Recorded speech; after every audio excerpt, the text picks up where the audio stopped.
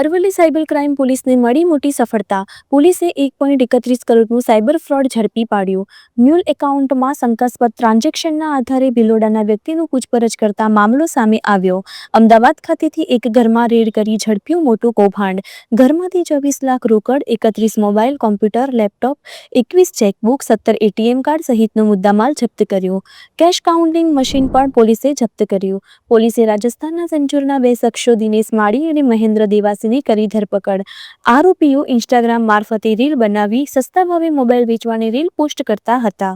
આરોપીઓ રૂપિયા મેળવ્યા બાદ મોબાઈલ બંધ કરી દેતા પોલીસે આરોપીઓને કોર્ટમાં રજૂ કરી 7 દિવસના રિમાન્ડ મેળવ્યા. સમગ્ર મામલે 1.31 કરોડનું સાયબર ફ્રોડ ઝડપાયું. રિમાન્ડ દરમિયાન વધુ ફ્રોડ સામે આવે તેવું પોલીસનું અનુમાન. રિપોર્ટર જગદીશ પ્રજાપતિ, અરવલ્લી. એક એકાઉન્ટમાં પૈસા આવેલા, એના આધારે ભિલોડાનો જે વ્યક્તિ છે એની પૂછપરછ કરતા એના તરફથી અમને વિગત મળી કે અમદાવાદમાં કોઈ જૈન કરીને છે, એ વ્યક્તિ આ પૈસા મંગાવે છે. આ જે જૈન છે એ નામ ખોટું હતું. ડિટેલમાં તપાસ કરતા આવો કોઈ વ્યક્તિ અઠવાડિયા અમદાવાદમાં હાજર ન હતો.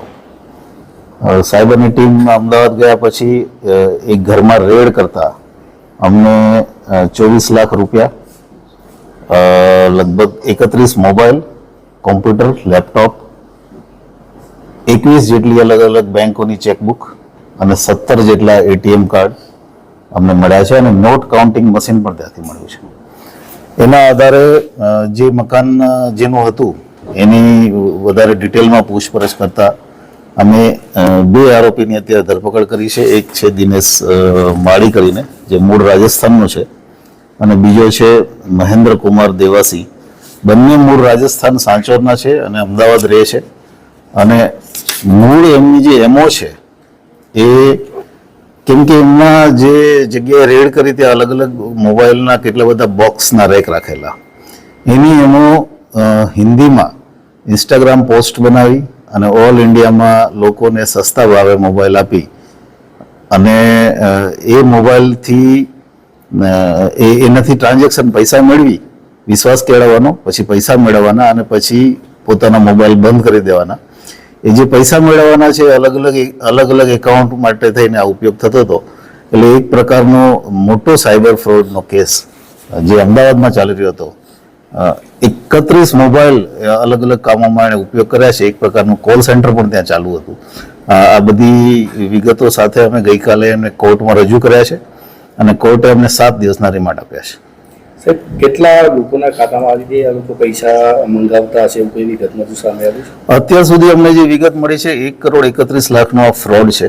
પણ આ ફ્રોડ વધારે હોઈ શકે છે, કેમ કે અધર સ્ટેટ્સમાં જ્યાં એણે આ ઇન્સ્ટાગ્રામ, કારણ કે પોતે હિન્દીમાં બધી રીલો બનાવે છે, એટલે જ્યાં ઇન્સ્ટાગ્રામ એકાઉન્ટ્સ અધર સ્ટેટ્સમાં જે ફ્રોડ કર્યા છે એ અમે સેન્ટ્રલ ડેટા સિસ્ટમ જે છે એમાં અત્યારે વેરીફાઈ કરવું પડશે અને એના માટે થઈને જ અમે રિમાન્ડમાં એનો ઇન્વેસ્ટિગેશન કરવાના છે. આ લોકો કેવા લોકોના ખાતાનો ઉપયોગ કરતા હતા એવી કોઈ પ્રાથમિક વિગત મળી?